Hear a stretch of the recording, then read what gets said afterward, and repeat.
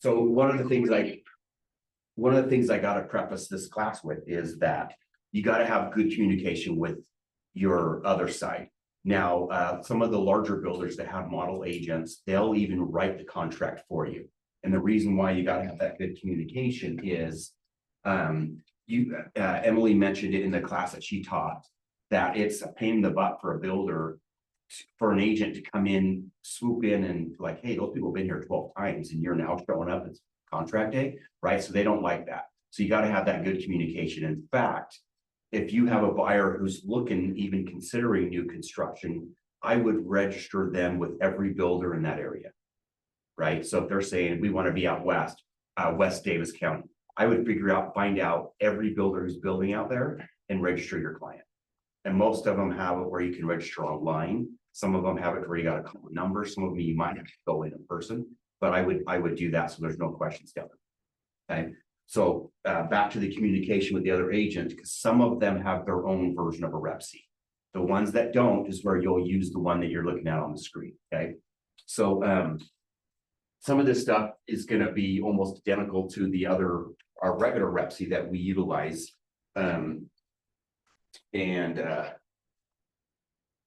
So it's going to be a repeat. Okay.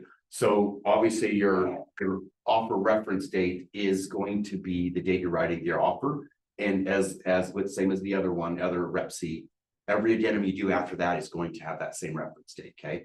Then all buyers' legal names, sellers' names. Sometimes that's a little harder to find. That's where the communication with the other side. Trying to think of an example. Let's say like Nelson Homes, you could probably just put Nelson Homes on there, but some other builders may not have, they might have the name of the home builder is different than the actual name of the brokerage, right? It could be, I don't know of a good example right offhand, but it could be, don't quote me on this, but let's say Castle Creek, we know them as Castle Creek Homes, but they might have like CCH LLC as the actual builder.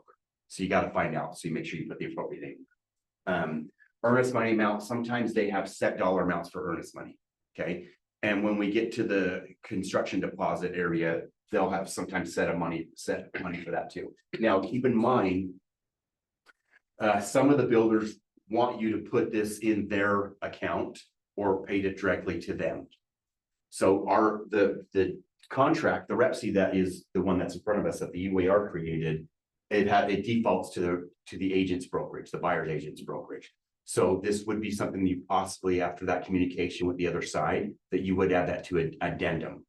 Okay, and we're going to go over the addendum as well, because I would say more like 90% of the transactions will have an addendum. Okay, on these. So obviously this next part, that's super easy. You can see where you check the box, because the other REPC is automatically says that you're going to have the money within 4 days. This one you can check that you have money in your hand now, or if you're going to get it in 4 days. That's really the biggest difference on that section. Okay. Where's that at? Right here. See the X, buyer delivers to the buyer's brokerage with this offer or agrees. So this section right there is what's on the other REPC automatically. Okay, so that's a little bit different. Okay, now if they say, yeah, we want the earnest money deposited with us or directly to the title company, or sometimes they'll say we want it directly released to us as well, always take a photocopy of it and scan it in regardless of where it's going, just so you have record of it. Because if you tell your client, hey, go deposit this with Symphony Homes, and then they never take a photo, and then all of a sudden the lender's like, hey, we don't have proof they paid their earnest money, right? So just always take a photo of it. Okay, just good practice for that. Questions on that section so far? Is received by for the whoever got it. Yep. Now, that is so old school, because that's why they switch, because people would argue, well, if this is already an executed contract, how can I go back and edit it by signing it? Right? They have that argument, but this one allows for it for some dumb reason, but that's why we created that confirmation of earnest money, so you don't have to sign this section right here. So the received by was for the earnest money. Yeah. Okay. Yep. Okay. So section 1, you try to be as specific as possible. If the house is already gone through, if it's a spec home, that's a little bit easier, but it may not have its address assigned to it yet. Most of the time, well, not most of the time, every time an address is assigned by who? The county, right? Government, Nope, builder, nope. Post office. That's who assigns the address. So unless they've gone in and applied for that address, so especially a corner lot, if it's facing this way, has one address, if it's facing this way, so they'll know a ballpark, but that's who assigns it is the post office. So if it's a spec home that they've already started, they have the address. But if it's not, if it's just a lot and you're gonna have them build, let's say that you go into in a subdivision that has some homes already built, but the one that your client picked out hasn't even been started, that's where it could be questionable, right? So they have to do all that. So anyway, you want to be as specific as possible. So on this, for example, I put 123 Main Street in your town, Davis County, with a lot number of 1234 of beautiful place phase 2. So you want to be super specific. Tax ID number blank, and then if they have an MLS blank. Now, sometimes it'll be you to be determined on the address. You automatically will know it's in which county. You'll know which lot number, and it has to have a tax ID number.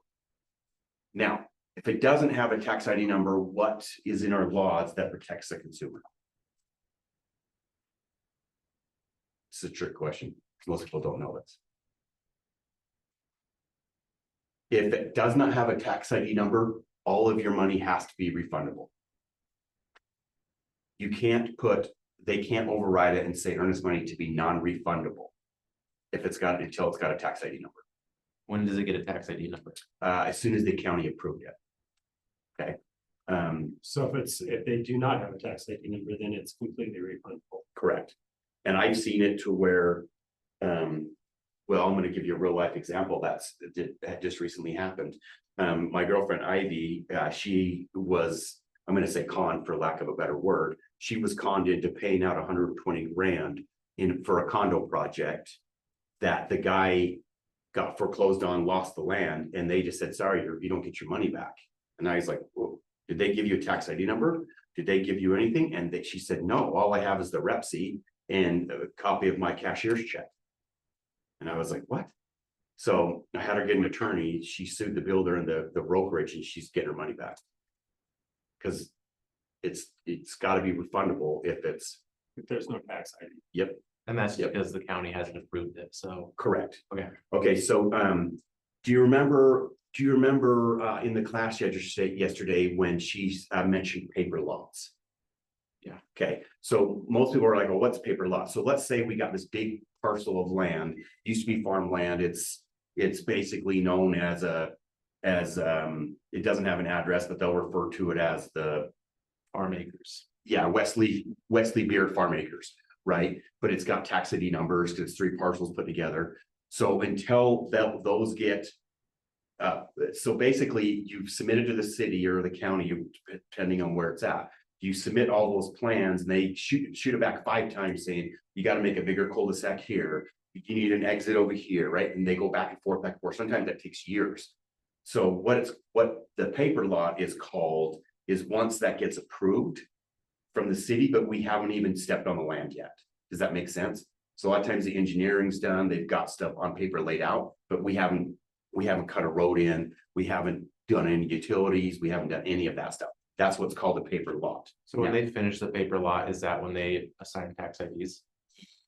Yes, but some people don't want to record their paper lot yet. They just want to get it approved because of the money that costs to do that.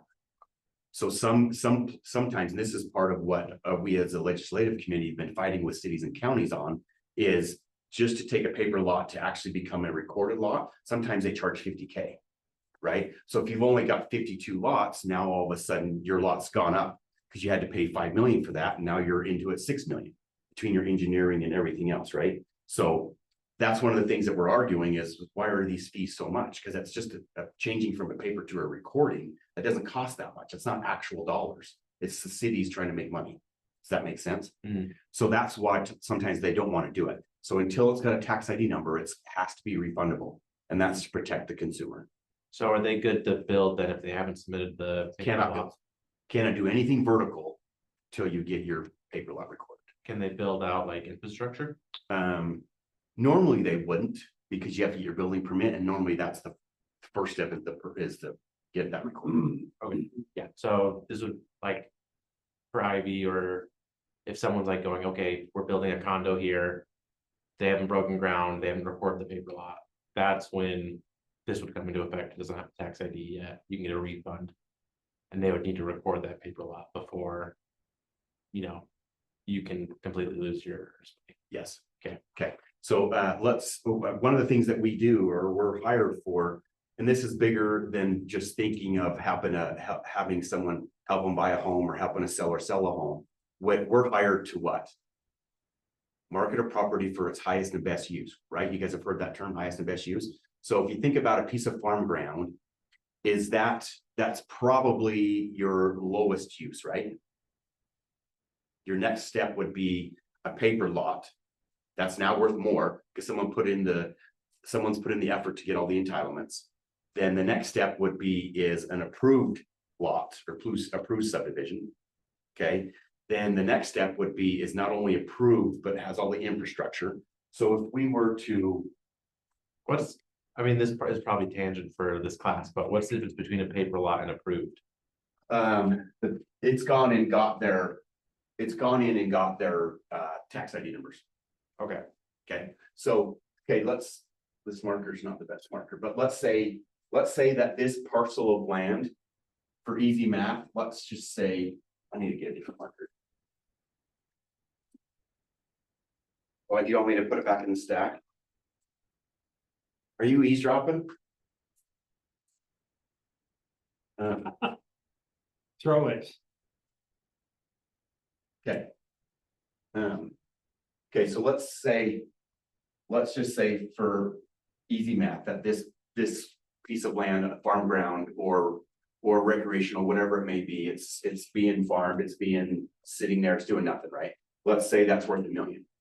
Then all of a sudden, I come in and I, just for easy math or easy pictures, I'm gonna make it to where it's that. Okay, so now it's got those 5 separate lots.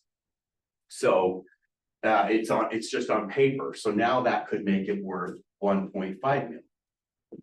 Okay, now let's say I put all the improvements in. Okay, and now this could be worth 400 per lot. Actually, that's not more That than doesn't that. add up. Yeah, but you can see how as you get smaller, they get bigger per piece, right? So your overall is bigger. So once this is fully improved, it could be to where it's worth now collectively 5 million. Does that make sense? Then when a builder comes in and puts this 800,000, or let's say that they spend 600K on building a house, 400 on, now it's a $1 million house. Are you following me? That's where they make their money, is all in the individual steps. So where does the infrastructure come into that? This, like. Infrastructure would be the step after the paper lots. Okay. Yep. And then they would get the tax ID number. Correct. They've done that. Yep. They won't let you put in your utilities until it's not only been approved, because that's your permit to go do the work. Right. But that's when your tax ID is assigned. Okay. Now, like I was saying before, the post office assigns the address. The post office is not going to assign the address until there's a structure. They'll know if there's a structure here, there's a structure there, they'll know what it's going to be. But if there's no structures there or there, they're not sure what it's going to be until each structure is put in. So when you talked about the $50,000 that the county charges, where is it gonna affect the price? It's going to affect the price between paper and improved. Okay. Yep. Then your building permit for your house is going to be another 50K. The 50K is probably an exaggeration, but even just for a basement remodel, some of them are $1,200–1,300. Okay. Like I don't think I paid less than $400 for a building permit. Like they're not cheap, so they get super expensive. So this is off subject, but if have like above your garage and it's framed and everything, but you haven't put in the drywall and stuff, do you have to have a permit? Are you doing it yourself? Could do it myself. I probably wouldn't go get a permit. Okay, But if it's a contractor who's got to then hire a plumber and use an electrician and do all then there that, needs to be a permit involved. yeah. Would that be the same with like refinishing a basement? Yeah. That sucks. So it's easier for someone to say, oh, I didn't know I had to have a permit, right? Then a contractor gets in trouble like, hey, did you get a permit when you do this? Well, I don't know, I hired a contractor. You didn't get a permit, right? It's easier to So if say. you went out and you hired people individually, wouldn't, like you had a plumber come in and do some work for you. If someone else. If he's a friend, he'll just do the work. And then you wouldn't need it. But if he's someone you hired off the street, he would probably do a permit and then charge him. Yeah. Permits are not bad. It's just extra money and extra time. So they gotta come inspect before and after. So it's probably only worth it if it's like you're actually remodeling your basement versus there's like a base or a bathroom that you're putting together. Yeah, so the cities, depending on the city, they want to know everything you're doing. So even if they charge $300-400 for the permit, it's just so they now know, because then they can say it's now worth more money. So then we get a section on property tax. Exactly. So yeah, okay. So going back to this, that is how you get your thing. Now, also, if the house has not been started, you got to be specific on the floor plan. Okay, and they have some floor plans might have the same floor plan might have 3 different renderings, and you ought to make sure you quantify which rendering you're doing. Now, do you know what I refer to when I say a rendering? So different finishes. The rendering would be It's a drawing. it's a drawing, but it's like, let's say this one is on this rendering number 1, the roof pitch is this way. On rendering number 2, it's this way. Does that make sense? So it changes the look of your house, even though if you were to walk in, they have the same floor plan. Does that make sense? Why'd they do that? They do it so builders will do the same floor plan, like let's say they have the same floor plan 5 times, but they never allow the same rendering be next to each other Just to make it look different. to make the subdivisions look different. Okay. Yeah, so an example would be Washington Terrace. That used to be a version of base housing. I don't know if you guys knew that, but that's why every house looks almost identical. They only had 2 renderings, but that's how people changed their stuff over time, where some people put a dormer over their front door, some people don't, right? But you can see how they look almost all identical, right? That's the different renderings when they change the look of it. Is there more than just like the roof pitch? I assume so, like flipping. Yep. Which section? So typically in a subdivision, let's say a spec subdivision, you'll have a builder, sometimes it's multiple builders, so that's easy to change them up, but sometimes the builder will only have 4 floor plans available, and each floor plan has 3 renderings. So all the houses look completely different, but they're really not. They're all pretty much the same square footage, right? Until someone says, and they don't allow it on the spec homes, but someone will say, can I get the 3rd car? The 3rd car won't work on that lot, but I'll say this lot, the lot premium, right? So they'll do some upgrades like that, but for the most part, you get what they've started. Mhm. Can I push this back out? Nope, but we can give you a bigger patio, right? Can I make this kitchen bigger? Nope, but we can move this wall so you get an extra foot, but your footprint's still the same, right? They may do stuff like that, but for the most part, it's not. But that's why you got to be super specific, and that goes back to the communication with the agent on the other side. Now, with that being said, custom designs are 100% different. Okay, and not to add to confusion, you literally, if the person already owns their lot, which you'll see down here when we do the financing, they already own their own lot. You literally will hire you get your contractor. Your contractor will a lot of times have, because someone has in mind what they want to build. They have engineers, they have architects, they meet all together to basically design the house around the lot. They shoot the grades, they do all of that. And if it's a custom house, that sometimes takes a year before you can go vertical. So that's where this is completely different. Okay. We on the same page? We good? Okay. Utilities, you got to check what's going to be included or not included. If it is a spec home, that's in the MLS, you'll almost always have those boxes I checked. But I did put I highlighted the other and put question marks there, because that could be something specific to. That could be something specific to a subdivision or a certain lot. Okay, additional improvements, typically you have your curb and gutter, and then your sidewalks, but not everywhere. And then your permit fees, seller agrees to pay for building permit fees, impact fees, landscape bonds, and all connection fees except for the following. I put none noted because we want to leave no blanks.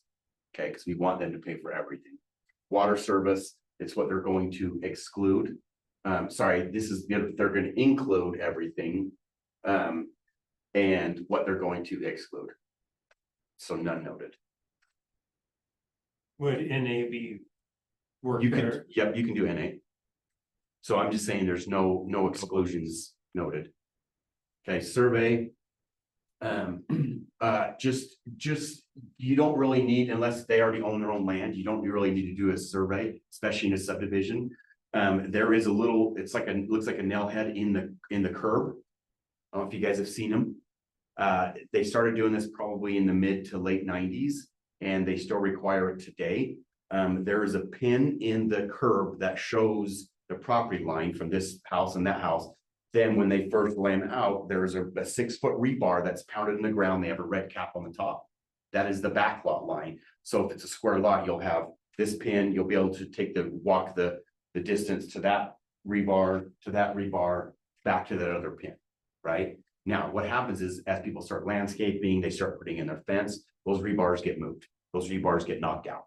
But if you were to walk out in a subdivision that Castle Creek or Nelson's doing today that hasn't been built yet, you can walk and see those.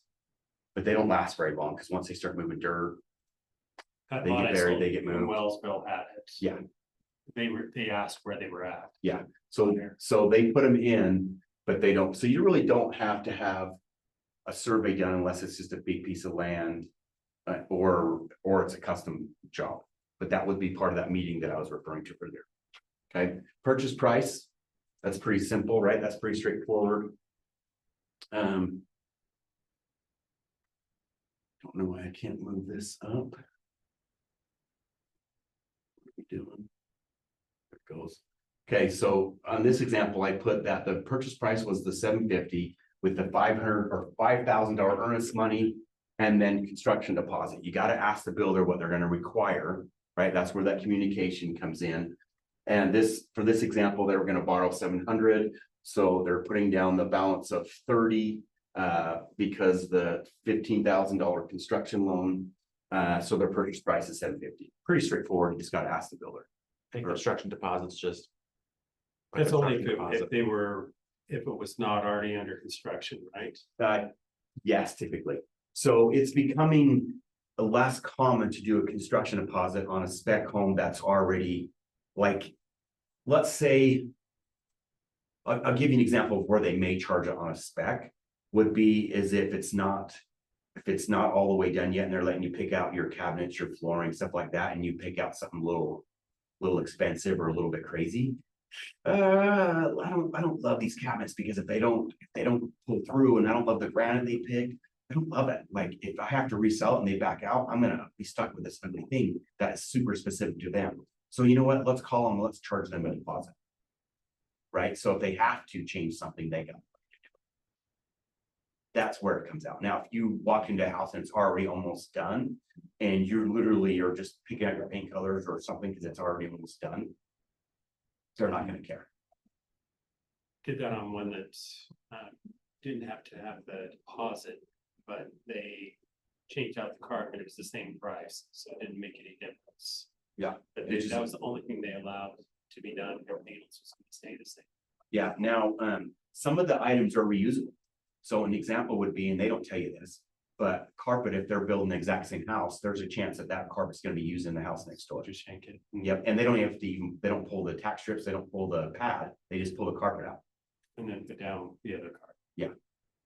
So, but they can't do that with tile, because once they pull the tile's ruined. Sure, it's ruined. Right? But so they don't like to do that because they got to pay someone to go do that. So construction deposit will or will not. In this example, I checked the will. So you gotta have that conversation if there is gonna be one or is gonna be one required, because your buyer typically, what I used to refer to this as feature creep. And when we get to the addendum, I'll go over that, but we call it feature creep because they'll say, I want this item, I want that item. Oh, I love this. And then the wife will call and say, hey, I talked to Sally at work and she showed me this thing on Pinterest, and all of a sudden I want this granite, or I want this this accent wall. That's what we call feature creep, because these little features are creeping up on you. And they all of a sudden it's like another 150K, like, because they creep up on you and you don't even know it. So that's where those construction deposits might come in. Settlement is the same. Your special assessments, you want the seller to pay it. A lot of times there's nothing noted unless there's like something that the HOA is going to do or something like that. Typically on new construction, they try to hit the builder with it, which the builder then passes that on to the consumer. Confirmation of agency disclosure. On this example, I put John Doe represents the seller, Doe Construction Brokerage represents the seller. And because I just wanted writing this out, so I represent the buyer as well as KW. It's pretty much the same.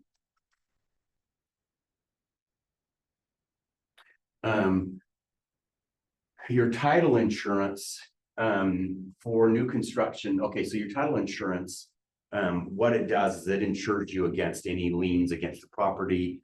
If they say none and they say known and unknown, a lot of times the base level of title insurance doesn't cover the unknown. Where if you're doing new construction, you want to get the upgraded version, which this already has that written in there, but you want to make sure. And the reason being is there could be a plumber, there could be a roofer, there could be someone who A, wasn't paid, and B, didn't have their lien in place, which the laws change where they're supposed to put it's called a notice of commencement before they step on the job. But they didn't put that in place in time, so it may not have showed up on title. And so all of a sudden this roofer goes, oh, you guys are getting ready to close, and they hurry and do a lien for 30 grand. The builder doesn't have the money to pay it, but that's what that helps cover. Okay. So it covers it in the event that. In the event something like that happens. Okay. Yeah. But that could also be something that helps with the property line dispute. Because remember, I was mentioning those rebar with the red caps on there, they got moved because this person did this, that person did that. And all of a sudden someone goes, what, you guys, both sides of me put fences in. Yeah. But now one of them's over the lot line, right? So it could help fight that. Why would you want to hang on to those and keep them in there so they don't get removed? Great question. Because then you don't have an issue. Some people are like, well, I've lived in this house for 3 years now, and no one's built on the other lot. I'm ready to put up my fence. And then they edge over. Yep. Because who's going to notice 2 feet? Right? Without having a survey and making sure that it's Right. I think I would like to say some people do it on accident, don't mean to, and they get knocked out of the way. But I guarantee there's some people who do it on purpose. So I had a subdivision up in North Ogden. It was a subdivision that I had years and years and years ago, because I used to do a ton of new construction. And the one side of the road was your, you had properties behind you. So those that were older, so all of those fences were pretty much, and those lot lines were pretty much in place. But on the other side of the road, there was a creek. And the property was owned on the other side of the creek by the city, by the school district, which it wasn't to put in schools. I don't know if you guys know this, but every so many, what is it called? In the ranging townships, every so many blocks are donated to the school district. The district can either put a school on it or sell that, make money to put a school on a different piece. Do you guys know that? Mm-hmm. Okay, so this, your school district owns a lot of land. Okay. But that's how they generate money to build schools. It was given to them by the developer, No, by the government. by the government. Okay. Yeah. So when they first laid out the state of Utah, they gave so many pieces of land to the schools. Okay. Okay. Now, How some are of they, them, how are they doing it now since there's so many schools being built? it's the same way.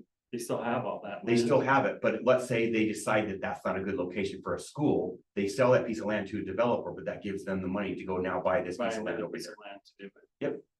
So I anyway, was wondering how they acquired the land. yeah, school districts have a lot of money with that. Now, that's not, I mean, it's not hidden, but they don't advertise that, right? They just don't pay their teachers very well, but school districts have a lot of money. I have a friend who was I don't remember what school district his dad was, but his dad was a higher up in a school district. But they had a Christmas tree farm down like by Richfield. It was hundreds and hundreds of acres that the school district put money into, and they basically plant trees or hire someone to plant trees and they farm them for Christmas trees. It's crazy. So we go down there and make a day of it, get our Christmas trees. Anyway, going back to this. My example would be, it was the subdivision that I had. Across the street was a creek, and then was the school district. Well, the lot lines ended before the creek. The creek was, let's say, depending on where the lot was some of them were 10 feet before the creek, some of them ended 15 feet before the creek, some were 20 feet before the creek. Every one of those people, because there was no one behind them, landscaped their own property all the way up to the creek. So they each got an extra quarter acre. No one cared. So it was like that for 10 years, 15 years before someone said anything. So Did when they you were have saying, to why do change people it? do it? Eventually, For that- to pay for the land. because eventually the school district sold off that land to a developer, and the developer, when they had a survey, figured it out. Then wanted it.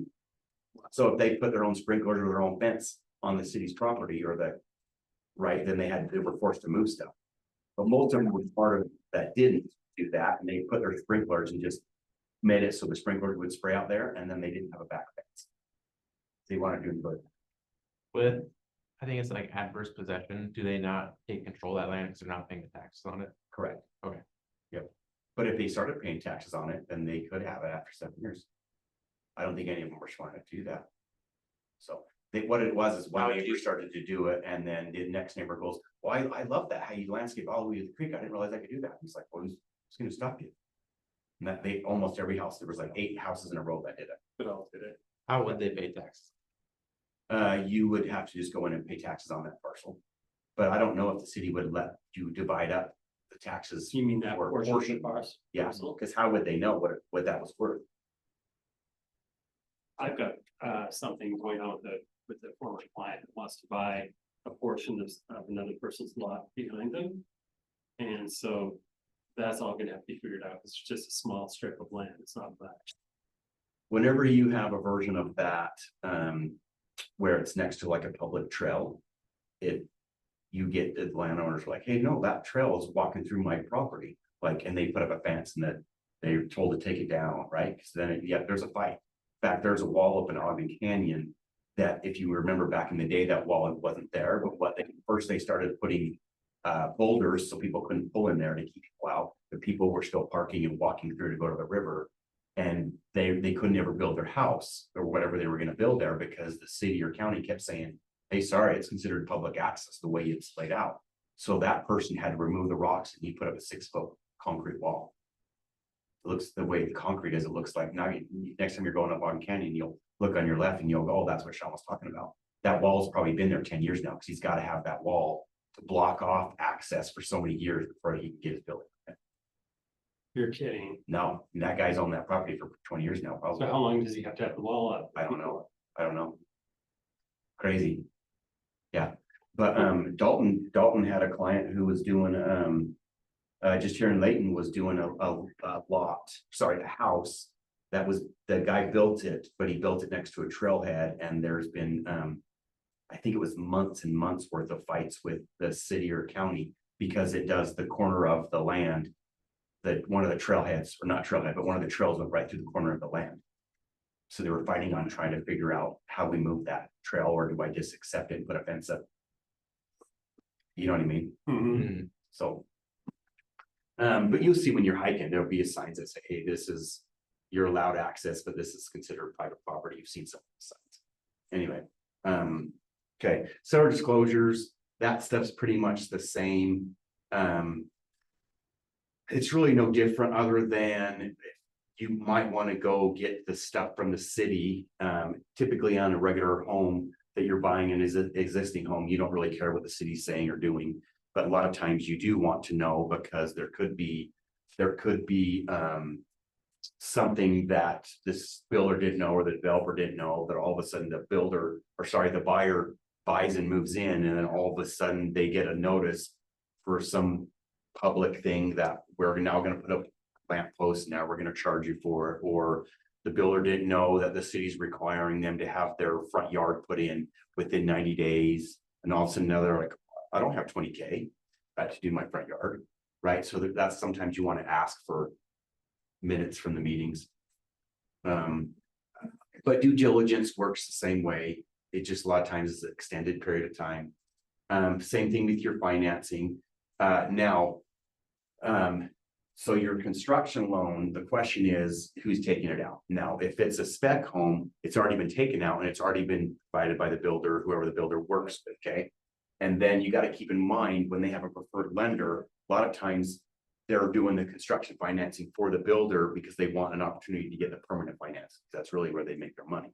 Okay, so that's why there are not. In this example, I said there's not because it's already in place. But if it's a custom home, that's negotiable. Okay, so if I'm building a home for you, Wes, then you already own the piece of land. I cannot build on it till you deed me the land. Did you know that? You have to add my name to title if I'm going to get a construction loan. If you get your construction loan, you can just hire me and I can go do it. But if I get the construction loan, you have to deed me your land. See the difference? But you would have already sold the land anyway, so it would have been. Well, if you already owned it, and now you say, hey, I'm going to hire you as a builder to come build on it. Okay, So now that's where you'll have a negotiable, and you could team up and we do the construction loan together. And it requires both of our signatures every time we do a draw. The builder would have to be on the title of Yep. the land. Yep, which you wouldn't be removed from the land, you just also add them. Add them to it, Yep. so that to get the construction. Yep, so that stuff becomes negotiable, that's where that conversation comes into play.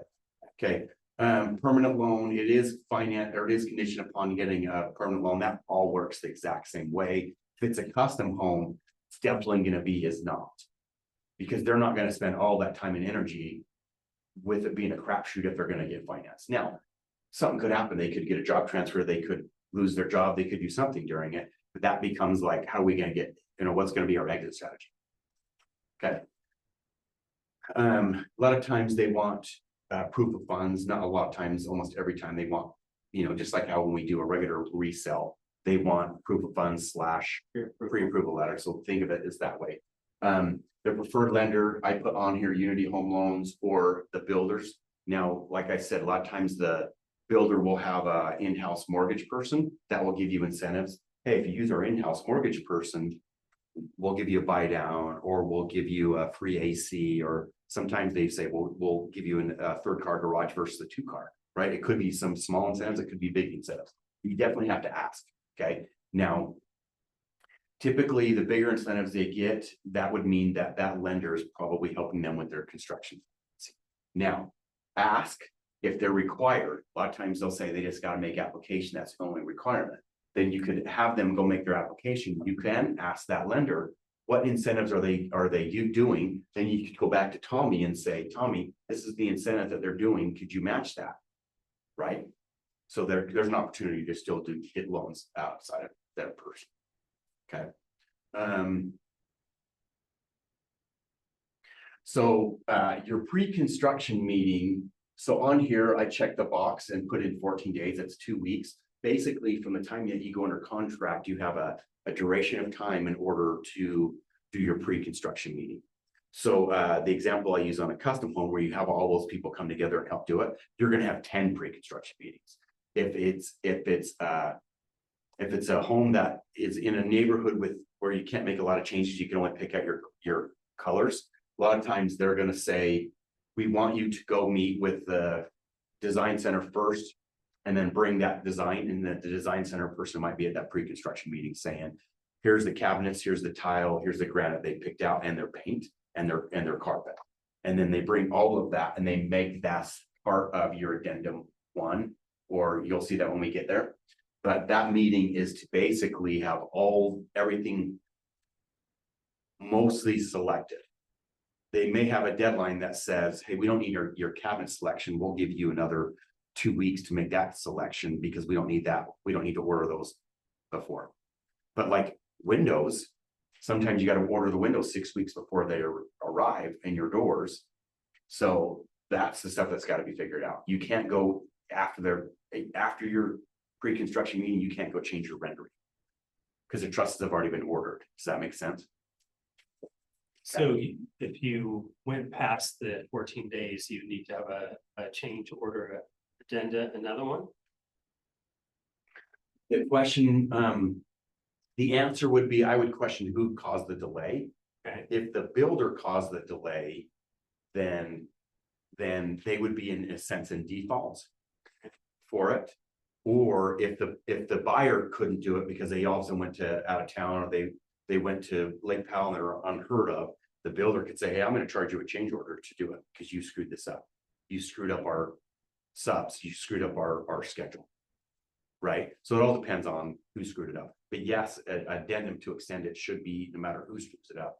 But what if it's gonna cost, it's gonna be determined by who. Does that make sense? Mhm. Okay. If the builder screwed up, he's gonna just blow you off and say, oh, we'll just do an addendum.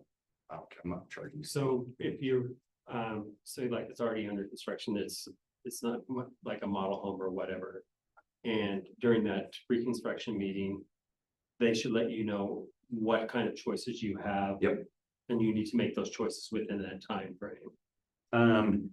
If it's already built and they've got it to a certain point where they're now waiting for a buyer to come in and pick out, yes, they'll want you to pick out that stuff for that meeting. Okay. But if it's not already built, they might give you a list of what you gotta have picked out for that meeting. That would be your exact At floor each one of the plan, your meetings or whatever it rendering, is. and your let's say your exterior colors.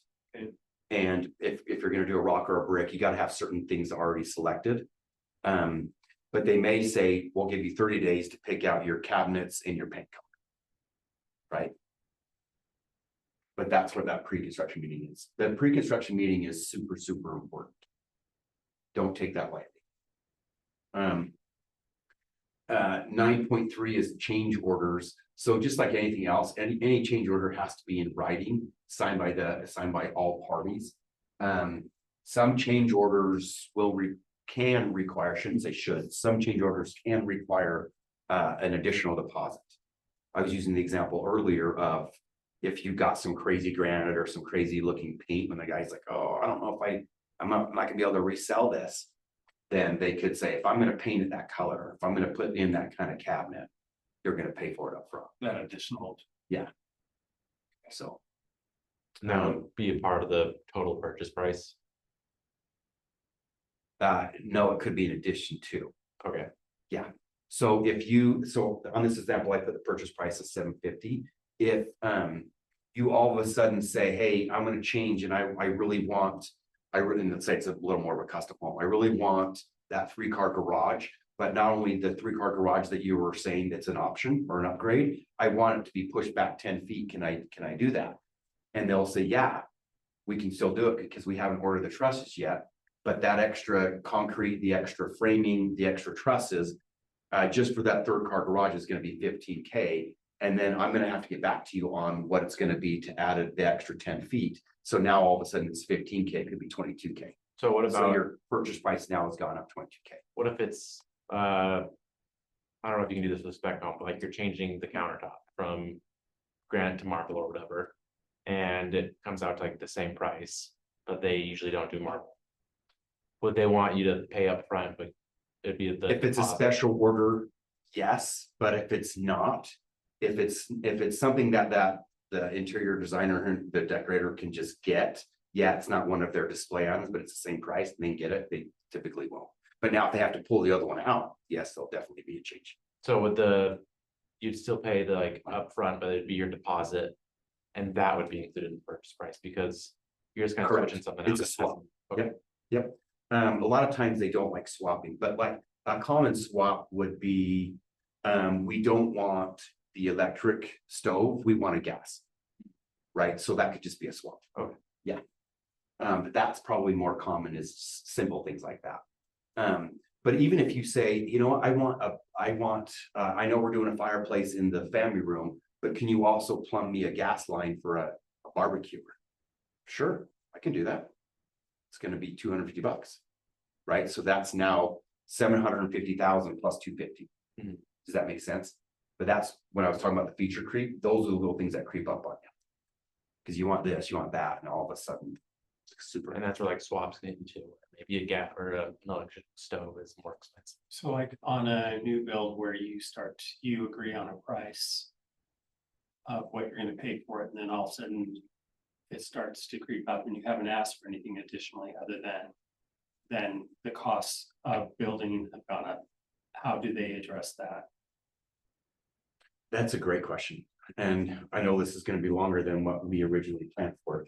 But I think that you guys are asking great questions, and I think it warrants going a little bit longer. So do I have your permission to be a little longer than you? Yeah, Okay. I'll give you an example of what happened exactly to what you're talking about. We represented both sides. And we represented the builder, and our agent represented the builder. We had another agent who was always helping this agent with open houses. Both these agents are still here. They're both great people, but they work in different realms. This agent that represented the builder would have other people do his open houses. The agent who represented the buyer, I don't recall if they're one of the people holding the open houses or not, but we were selling a lot of this person's inventory, okay? His new construction inventory. And they were doing a VA buyer. Was a VA purchase. And they did the feature creep. And the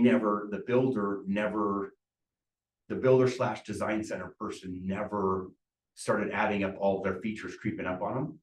And all of a sudden, when it was done, it was like 100K more. It didn't get appraised. And you know how VA is super tight on their appraisals. And they're like, well, we can't just reduce the price because this is actual out-of-pocket expenses that are now into the house. Oh, it was a muddy mess, fingers pointing, like it was a muddy mess. It took us a long time. They required, every time that they hit a certain point on these features creeping up on them, they required additional deposits. But in this buyer's mind, I'm getting my money back. Because I'm doing VA, but because it didn't appraise. So what we worked out When you say didn't appraise it, do you need a hit like for the VA loan? Did they need to stay under a certain amount to be approved? So it wasn't just the certain amount, but VA won't let their veteran buy a house for more than the appraised value unless they pay the cash difference. Okay. They don't even like them to pay the cash difference. Does that make sense? So Kind of. So like if they need to they get approved for like 700,000 and then it gets appraised for 700,000. Before they move in, if it goes up 50K, that's on the buyer. So the buyer should have went back to the lender and said, I need to have see if we can get this much more loan. And they didn't. And he didn't do that. Or they couldn't, or something. Now, after all the investigations, it turned out they got charged for some of the upgrades, but not all of them. They were like, oh, I'll just put it in my loan. But some of the upgrades were translated or communicated to the builder or the foreman to put these items in, but it wasn't always communicated to the loan officer. Like there was a lot of finger pointing, okay? But how we worked it out at the end, and this took a long time to work through it with people, like everyone was mad, pointing fingers, yelling, screaming. We ended up having to sell the house to someone else. It took like 6 months to get them their money back. Get the buyer's money back. Yep, because they paid money along the way. Deposits. Yep. But the house VA would not give it, and you know how VA loans work. Yeah. It's locked in for a duration of time. Yeah. So no one else doing a VA loan could buy that house. And so we wanted to be fair because it was an in-house deal. We wanted to be fair to these buyers, but they were stuck. They didn't have any more money to do anything else. The house was worth more, and the house, they've spent more on the house than what it was worth. Let's put it that way. What it appraised for with VA. So when they that stuff sold can the get house, messy. did they sell it for the amount that was? I believe they got pretty close to what it was, but I'm just tired. And so did the buyer end up still working with the agent after? I'm gonna say so, but they were delayed like 6 months to a year. Wow. Yeah, and I believe when our agent sold them their next house, she did it for free. And our agent who ended up getting that house sold, in order to make the numbers work, he did it for free as well. So we're talking between the construction, all the way to the very end was a year working with people to do it for like that stuff's, yeah, it can be a mess. but we still represent that builder today. That's So, awesome. Yeah. Well, you got it worked out. yeah, but it At the just end of was the day, like, it's- how did we get here? You Yeah, know? So feature creep. So anyway, walk through inspection. Okay, so once the builder gives you what they call a substantial completion notice, which I'll show you when we get to that section of all the dates of that. Typically, once they get their not building permit, once they get their occupancy permit issued, they have 30 days to get the house paid off. Okay, from their construction loan. That's not always, that's actually a new law. So if you guys weren't in the business back then, but if you remember in what was it, 2009 and 10, when the market took a turn? There Times for me, you were like junior high, not even you're elementary. elementary school. So when the market turned, then there were there were banks left with half-built homes because they lent these builders, and these builders were living off the money they were being lent, but they never finished the house. So there was a guy named Howard Kent who used to do hard money or construction loans for almost all the builders around here. Someone said he had like 100 million out, not just between the money he had out, but houses that he now had to take possession of. And he had to then pay someone to finish building it so we could sell it, because he couldn't sell a house that was just framed. Right, so someone said between the money he was owed and the house that he got back, it was $100 million swing. Like, that's insane. Anyway, your walkthrough, or once they give you your substantial notice of completion, which we'll get to the date in a minute, you have so many days to walk through and verify things are what they're supposed to be. So that's to verify that there's no, well, you've heard of the word punch order or punch list, right? It's to kind of verify that stuff. Okay, so like, hey, we mentioned this at one of our other walkthroughs before, because they meet with you along the way, that you guys were supposed to put in this faucet. And so it's to correct that faucet, or, hey, there's a ding on this wall, or there's a ding on this tile, or scrape over here, or, hey, this isn't the appliance site that I thought I was getting, right? It's to determine some of that stuff. so where does the occupancy permit So fall into that? once they give you that substantial completion notice, that's when your ticker for your walkthrough starts. No, but the occupancy permit that the county gives the builder, that it's completed. So normally they'll give you your substantial completion a week before they get their occupancy permit. Okay. Yep, but there'll be dates in here in a minute. Okay. And then let's say you have a punch list now of a handful of items or 3 or 4 items, they have 30 days to complete them. Okay, but some builders, not some builders, almost every builder has to give you, they're supposed to warranty their property for a year, and then your roof and your foundation is warranted for 10 years. Okay, but the idea is that they put 30 days here is that you're not going to take a year to do it. So like Nelson Homes is really good. Fieldstone Homes is obviously pretty good at this too. They give the people like a little, like it's kind of like an index card that says for the next year, every month, fill out one of these, anything you see, or every other month, fill out one of these and let us know. So the people sometimes will have 12 of them, because there'll be some settling, there'll be some cracks, right? Because it's never a perfect product. But substantial completion, there'll be a date or a deadline for that. I'll show you that in a second. Your construction access. So buyer agrees that during the period of construction, seller shall have the unrestricted right to access the property. That's especially if the buyer owns it, but they don't want the buyer to walk in there. Okay, they want to basically, if a buyer's walking in during the construction process and you fall, you get hurt, you step on a nail, that's on you. Okay, they're telling you they don't want you to be there, which everyone goes. A really good agent who is doing new construction, selling new construction, it is the coolest thing in the world you don't have to do it every single day, but once a week, stand in the exact same spot, do a front view, same exact spot rear view, and the same exact spot interior house, and send a 2-minute video to your clients. Because over time you can see the construction go up, and it makes them feel excited about Now, keep in mind that they're already driving by as well, but it helps document it and helps communication. So, Progress. and what you gotta keep in mind too is out of your duration of building time, it's like 1/3 of your time on the construction process is before it's even framed. Okay, so 1/3 of your time is before it even goes vertical. So that's how long it takes. Mediation, I always suggest May. What's up, Tommy? The default, all of that's the same. All this others is the same. Your insurance risk of loss. For some reason, it's got $1 million thing on here. I believe when they redo this REPC, I think they'll probably change it because this REPC is not new and you can blow past $1 million insurance policy in today's pricing pretty quickly.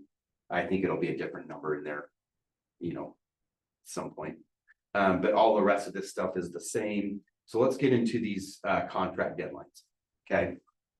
Seller disclosure deadline. So you remember on that section, it has all of those items, same thing that you do on residential or regular or resell. Your due diligence, you got to ask the duration of build time. You got to have great communication because a lot of this stuff is unknown. Now, if it's a home that is just about ready, like it's just a spec home, it just doesn't have its occupancy permit, that's when you would use this. There's no occupancy permit. That could be done more traditional, like a 3 weeks out, 2 weeks out. Okay. Your pre-construction meeting, you may not even need one if the house is that far along, but you definitely have to ask. But I like to try to do it within 2 weeks. Construction loan funding, you got to ask because if it's a spec, it's already been done. So you could put NA. And then you have to ask when their substantial completion deadline is. So this is where the communication is key. Okay. Let's say that I'm talking to a builder and the builder's like, well, I could have it done in 90 days. And there's also something in here that says like acts of God could slow things down, which during the COVID era, we were having a hard time getting windows. We were having a hard time getting appliances, right? Some of that stuff was a little bit slower. So it could, something like that we have no control over could easily extend your substantial completion. Okay. So you definitely got to ask. Now, if it's a spec home, you can pretty much do it what we do traditionally with resale. But let's say that they're like, hey, we can have a home in 90 days. So you have that conversation, you look at the calendar, you look at there's holidays. For whatever reason, it seems to me that a lot of contractors like to hunt. So they're a skeleton crew during the hunting season. So you got to ask, and then you got to look at a calendar. So if they say 90 days, you might want to push that out even longer. So you're not you're not selling the wrong expectation. If they say 90 days, is it business days? Generally, It's total days. Yeah.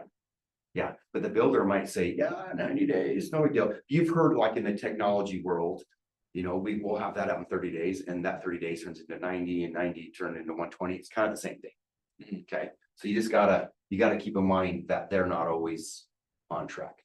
Now, if it's a spec home all the way down the line, that's easier to guess and gauge that. Okay. Now your settlement deadline, it's a moving target because it's so many days after they give you your substantial completion. Okay. Oh, sorry. This is when they get this is when they give you the substantial completion, but they also give you your occupancy permit because they have 30 days to pay off their loan. And they made that law from like the Howard Kent example. their construction loan. Yeah. Questions so far? So would most of these be like contingent on one another? So like the substantial thing would be like 14 days after Yep. X. Yep. Yep. Offer and time for acceptance. A lot of times the model agent has a meeting with their boss, if you will, every other week. So sometimes you might write your offer and you got to ask that question. How long, do you expect to get his word back? And a lot of times they'll give you a verbal. Hey, I shot that into my boss. He says that they're going to get a sign, but I'm not going to get you a signed one for 2 weeks. Right. So you got to ask this question so you're not selling the wrong expectation. Because if your buyer's thinking that they're going to have an answer back tomorrow, that may not happen. Would that be a confirmation of like sign the contract? Correct. They They might say- not get a signed contract back for 2 weeks. But since they texted you hey, we accepted it. But your lender's not gonna be able to do anything with it. You know what I mean? You're not gonna be able to really do earnest money deposit because you don't have a signed contract. You just have a verbal. But if they've like confirmed it through like text and you've got writing that they've accepted it, like they can't sell to somebody else, right? You could argue that they can't. Yeah. Okay. Because they shouldn't be confirming it unless They've it's signed just it or like, new construction it's wishy-washy on that. Okay. Yeah. I've seen builders where they only meet because of vacations and all that, they only meet once a month. They sign all of their contracts at one time. I'm like, that's just horrible business, but they sometimes do it. So. Questions on that stuff so far? Okay, they will always be an addendum. Okay, ask, because they might have an addendum already prepared that if it's a good agent, they would have that loaded in the MLS and in the agent remarks say, with any offer, please see addendum that's already in the attached documents, right? But it could be like where they're checking off boxes, their builder disclosures, could be things like that. But there is 95% of the time, there is a builder's addendum already, or should be, okay? One of the things that we talked about at the very first is where the where the earnest money is gonna go. If it's gonna go with them or right, so you might have to do that. The buyer selections, a lot of times will be added to here, and if not, it will be after the pre-construction meeting, right? When they start putting all that in writing, or after they go meet with the design center. Builders incentives, if there's any, you gotta have them in writing here. You can't just assume because they said if you do this, they're gonna give these incentives. You gotta make sure they're in writing. And then whatever else could be here. Now, one of the things, I don't think Emily ever said it, but I think she alluded to it, is builders don't negotiate their price. They do not. Their prices are set fees. They're set on basically what their packages are. So they'll have a platinum, gold, silver packages, right? They might even have a bronze, but their base is their silver. So if you want the platinum, you pay X amount more, right? So where you can negotiate is not in the price. It is, hey, we want to pay you for the silver package, and we're willing to give a couple of the items in the bronze, but we want a couple of these items in the platinum. Does that make sense?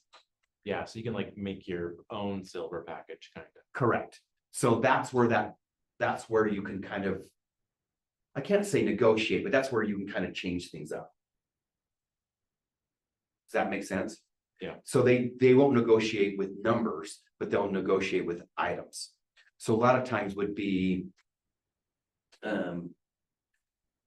you get a bigger, they don't do fridges, they do fridges sometimes at an extra fee, but sometimes, like, let's say you got a bigger water heater, or sometimes you get a bigger not air compressor, AC condenser, right? So it's doing things like that. Sometimes you can negotiate the upgraded granite. So you're really not going to upgrade, or you're not really going to negotiate prices, you're going to negotiate items. So all that makes sense. Mhm. But there almost always will be an addendum that goes with this, but you got to ask if they already have specific things.